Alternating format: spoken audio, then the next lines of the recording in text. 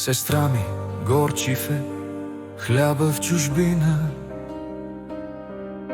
Да, брате, квас от прах и сълзи.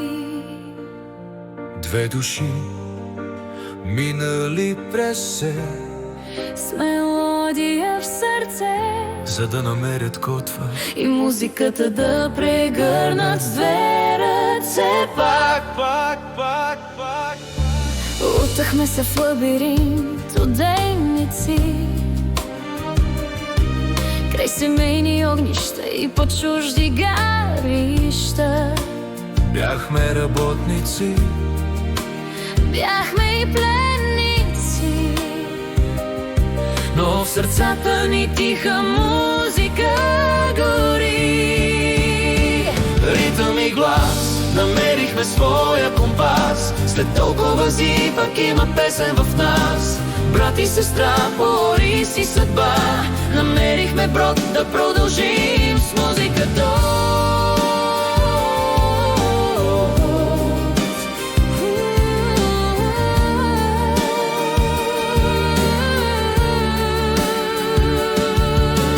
Рожбите ни пораснаха в тишина, а приятелите се пръснаха по света. Живота отне надежди и копнежи, но не забравихме, че сме музиканти, а не пътници. Оставихме праха на потните и тежки дни, измихме от лицата си всички незгоди и погледахме смело нагоре към звездите. Там, където песента ни освободи.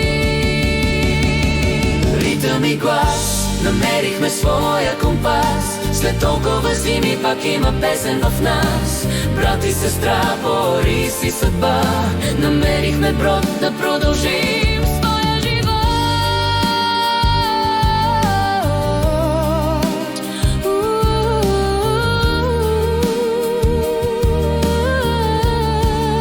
Намерихме брод,